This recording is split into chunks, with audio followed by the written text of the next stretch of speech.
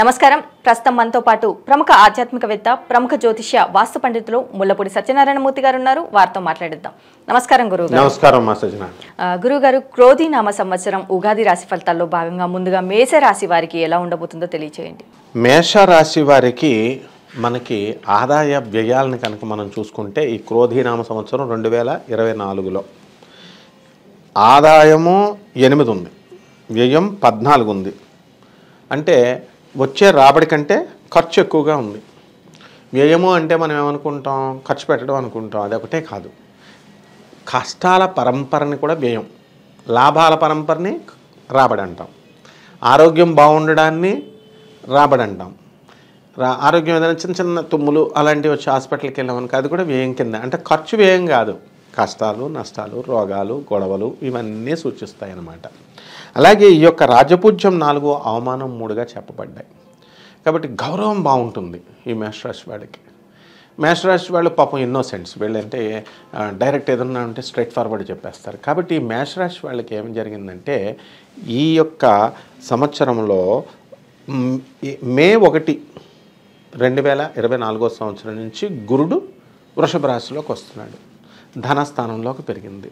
అంటే డబ్బు సంపాదన బాగా పెరుగుతుంది ఈ యొక్క మేషరాశి వాళ్ళకి. ఇప్పుడు మనము ఈ గవర్నమెంట్, ప్రైవేట్ ఉద్యోగస్తులని ఇద్దరిని మనం తీసుకున్నాం అనుకోండి, వాళ్ళకి రావాల్సినటువంటి టీఏలు, డిఏలు, శాలరీలు, బకాయిలు ఏమి బకాయిలు ఉండవు అనమాట, అన్నీ వచ్చేస్తాయి. తర్వాత పండగ మామూలు అన్నీ. అలాగే ఓల్డ్ పెన్షనర్స్ని మనం కనుక తీసుకుంటే వాళ్ళకు కూడా పరిస్థితి బ్రహ్మాండంగా ఉంటుంది. ఏ సెటిల్మెంట్లు అన్నీ కూడా అయిపోతాయి. నెక్స్ట్ ఈ యొక్క రాహువును మనం తీసుకున్నప్పుడు 12వ ఉన్నాడు. ఈ 12వ రాహు ఏం చేస్తాడు, అనారోగ్యాన్ని సూచిస్తాడు. అనవసరమైన విషయాల్లోకి వెళ్తారు వీళ్ళు. ఇప్పుడు ఎవడో ఫ్రెండ్ పెళ్లి చేసుకుంటున్నాడు అనుకోండి, స్టూడెంట్స్లో వీళ్ళు ఫ్రెండ్స్ మేమంతా అని చెప్పేసి ఆ అమ్మాయిని కిడ్నాప్ చేసుకొచ్చి పెళ్లి చేశారు అనుకుందాం. పెళ్లి చేస్తే వాళ్ళ ఫాదర్ కేసు పెడతాడు కదా, అమ్మాయి ఫాదరు. పెళ్ళికొడుకు, అసలు పెళ్ళికొడుకు, అసలు పెళ్లి కూతురు బాగుంటారు, వీళ్ళు వెళ్ళిపోతారన్నమాట. ఎక్కువ ఇలాంటి అన్నెసరీ ప్రాబ్లమ్స్ కోరి తెచ్చుకుంటారు, మానసిక ఆందోళనలు తెచ్చుకుంటారు. ఇక శని లాభంలో ఉన్నాడు కాబట్టి ఎంత మార్కెటింగ్ ఏజెంట్స్ ఉంటారు, వాళ్ళంతా కూడా ఎంత తిరిగితే అంత లాభం. తర్వాత ఈ ఐరన్ సంబంధమైనటువంటి వ్యాపారాలు, స్టీల్స్, ఈ బిజినెస్లో మంచి కుబేరులు అవుతారు. ఆ తర్వాత ఎంతో కాలంగా పెండింగ్లో ఉన్నటువంటి పనులన్నీ కూడా పెండింగ్లో పూర్తయిపోతాయి. ఇక 6వ ఇంట్లో కేతు, ఇది మ్యాజిక్ చేస్తుంది. ఇదేం చేస్తుందంటే శత్రువులను మిత్రులుగా చేస్తుంది. భక్తి విపరీతంగా పెరిగిపోద్ది. అసలు మేషరాశి వాళ్ళంతా చాలా ప్రాక్టికల్ ఉంటారు. ఎందుకంటే వీళ్ళు ఆర్మీల్లోనూ ఎక్కువ చేరతారు. ఒక ఆర్మీ కమాండర్ నా ఫ్రెండ్ శ్యామ్ సుందర్ అండి, ఏమంటాడు ఆయన, మనము ఈ దేవుళ్ళు ఇవన్నీ చేస్తూ ఇలాగ సార్, మా కమాండర్ వచ్చి అటాక్ ఫైర్ అన్నాడంటే మేము ఫైర్ చేసేయాలి సార్, అటాక్ చేసేయాలా, మేము పూజ చేసుకుని మొత్తం చూసుకొని వెళ్తే ఎలా సార్ అంటే వాళ్ళ మెంటాలిటీ అలా ఉంటుందన్నమాట. అటువంటి వాళ్ళ విచిత్రం ఏమిటంటే ఈ క్రోధినామ సంవత్సరంలో చక్కగా హారతిచ్చుకుంటూ ఉంటారనమాట, గుళ్ళకి గోపురాలకి తిరుగుతారు, భక్తి పెరుగుతుంది. ఇకపోతే మనం శుక్రుడి యొక్క పరిస్థితిని మనం తీసుకున్నప్పుడు 12 జూన్లో 2024 సంవత్సరంలో ఈ యొక్క శుక్రుడు మిథున రాశిలోకి వస్తున్నాడు. అప్పుడు వీళ్ళు ఇళ్ల స్థలాలు అవి కొనడానికి అవకాశాలు మనకి ఉన్నాయి. ఆ విధంగా ఈ గృహాలు ఇవన్నీ కూడా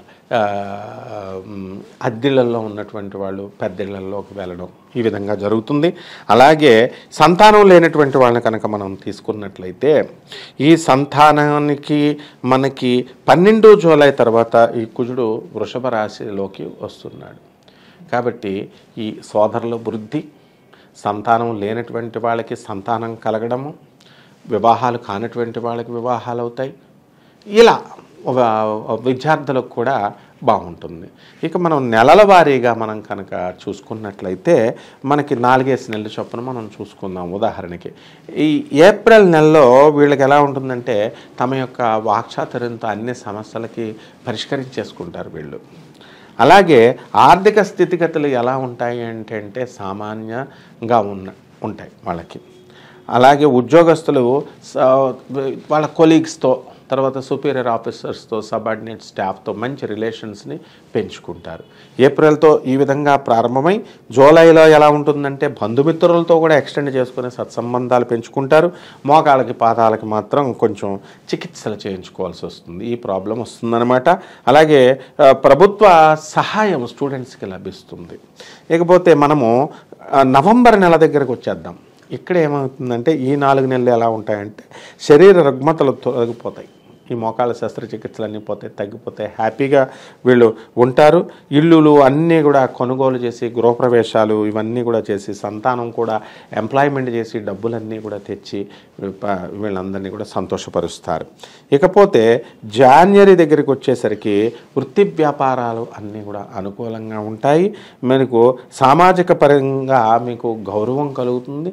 సినీ సంగీత సాహిత్య రంగాల్లో ఉన్న వాళ్ళకి గౌరవాలు బాగా పెరుగుతాయి, జీతాలు బాగా పెరుగుతాయి. ఇక మార్చ్ ఆఖరు మళ్ళీ మనకు ఉగాది వచ్చేదాకా కూడా ఎలా ఉంటుంది, 2025 సంవత్సరంలో మనకి శుక్రుడు మిశ్రమ ఫలితాలను ఇస్తాడు. నూతన పెట్టుబడులన్నింటినీ కూడా మీకు కొత్త వ్యాపారస్తులు, పార్ట్నర్స్ వీళ్ళంతా కూడా రావడం జరుగుతుంది. వీళ్ళు అనేకమైనటువంటి అపాయాల నుంచి బయటపడి చక్కగా అన్నీ కూడా బంధువర్గాన్ని వాళ్ళకందరికీ కూడా మరి కొంత మనశ్శాంతిని తీసుకొస్తారన్నమాట. ఈ విధంగా ఈ 2024 సంవత్సరంలో ఈ మేష రాశి వాళ్ళకి ఉంటుందమ్మా. మరి అలాగే రాజకీయ నాయకులకు ఎలా ఉండబోతుంది అంటారు? రాజకీయ నాయకుల దగ్గరికి వచ్చేసరికి మనకి రవి చక్కగా ఆగస్టులో 16 ఆగస్టు సింహరాశిలో ఉంటుంది. ఇప్పుడు అనుకోకుండా వీళ్ళందరికీ కూడా ఉన్నత పదవులు వస్తాయి మేషరాశి వాళ్ళకి. ఇప్పుడు చిరంజీవి గారిని మనం తీసుకుందాం. చిరంజీవి గారికి అనుకోకుండా, ఆయన కోరుకోలేదు, రాజ్యసభ సభ్యుడు యూపీ నుంచి ఇస్తున్నారు, పద్మవిభూషణ్ ఇస్తున్నారు. అలా నామినేటెడ్ పోస్టులు ఈ మేషరాశి వాళ్ళకి కలగడానికి అవకాశాలు ఉన్నాయి. అలాగే మళ్ళీ మనకి ఈ యొక్క 16 నవంబర్లో కూడా అత్యున్నతమైనటువంటి స్థితిని వీళ్ళు పొందుతారు. అంటే ప్రత్యక్ష పరోక్ష రాజకీయాల్లో ఎలక్షన్స్లో పాల్గొన్నటువంటి వాళ్ళకి పార్టీ అధ్యక్ష పదవులు, డిస్ట్రిక్ట్ అధ్యక్ష పదవులు, స్టేట్ అధ్యక్షులు, ఏదో ఒక విధంగా రాజకీయ నాయకులకు బ్రహ్మాండంగా ఉందని చెప్పాలమ్మా. అలాగే వీరికి ఆరోగ్యపరంగా ఎలా ఉండబోతుంది అంటారు? ఆరోగ్యపరంగా వీళ్ళకి కొంచెం ఈ యొక్క మోకాళ్ళ నొప్పులు ఇలాంటివి, శస్త్రచికిత్సలు, ఆ తర్వాత ఇంటెస్టినల్ ప్రాబ్లమ్స్, ఈ గ్యాస్ట్రిక్ ప్రాబ్లమ్స్ రావడానికి అవకాశాలు ఉన్నాయి. ఇవన్నీ కూడా క్లియర్ అయిపోతాయి. నవంబర్ నెల వచ్చేసరికి 2024 సంవత్సరంలో క్లియర్ అయిపోవడం జరుగుతుంది. కుటుంబ పరంగా కుటుంబం నుంచి వీరికి ఎలాంటి సపోర్ట్ లభించే అవకాశం ఉంది అనేసి అంటారు? కుటుంబ పరంగా అనేది చాలా ముఖ్యమైనటువంటి ప్రశ్న అడిగావమ్మా నువ్వు. ఈ యొక్క కుటుంబ పరంగా కోఆపరేషను వీళ్ళకి 60% లభిస్తుంది. ఈ కుటుంబంలో వీళ్ళ మాటలంతా కూడా ఏకగ్రీవత అనేటటువంటిది తక్కువగా ఉంటుందన్నమాట. అంటే ఎడ్డమంటే తెడ్డంగా వాళ్ళు ఎస్ అన్నప్పుడు మీరు నో అంటారు, వీళ్ళు నో అన్నప్పుడు వాళ్ళు ఎస్ అంటారు. కాబట్టి ఒక 60% వరకు కుటుంబంలో వీళ్ళని గుర్తించడం జరుగుతుంది. అత్తమామలు, ఆడపడుచులంతా కూడా పర్వాలేదు. మరి ఈ రాశి వారిలో కొంతమంది కోర్టు సమస్యలతో బాధపడేవారు ఉన్నారు, బయటపడే అవకాశం ఉంది అని అంటారా?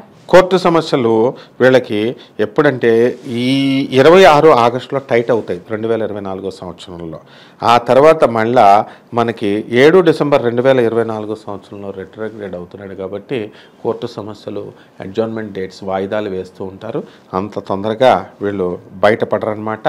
1 జూన్ 2024 సంవత్సరంలో ఏమైనా బయటపడితే ఈ కుజుడి యొక్క పరిస్థితి బాగుంది కాబట్టి అప్పుడు ఆ నెలలో కోర్టు ఆర్డర్స్ వచ్చినటువంటి వాళ్ళకు అనుకూలమైన తీర్పులు వస్తాయి. మరి అలాగే ఈ రాశి వారు చేసుకోవాల్సిన పరిహారాలు ఏంటంటారు? ఈ యొక్క పరిహారం దగ్గరికి వచ్చేసరికి రాహు జపం చేసుకోవాలి, రాహు స్తోత్రాలు చేసుకోవాలి. రాహుకి కిలోంపావు మినుముల్ని, ఆవుపేడ రంగు ఉన్నటువంటి వస్త్రాలని శనివారం నాడు ఉదయం 8 గంటలకి దానం చేసుకోవాలి. అలాగే ఇంట్లోనే చేసుకునేటటువంటి వాళ్ళు బెజవాడ కనకదుర్గమ్మ తల్లి ఫోటోను పెట్టుకొని ఆమె పాత పద్మాలకి అమ్మవారికి కుంకుమార్చన చేసుకుంటే బ్రహ్మాండంగా ఉంటుందమ్మా.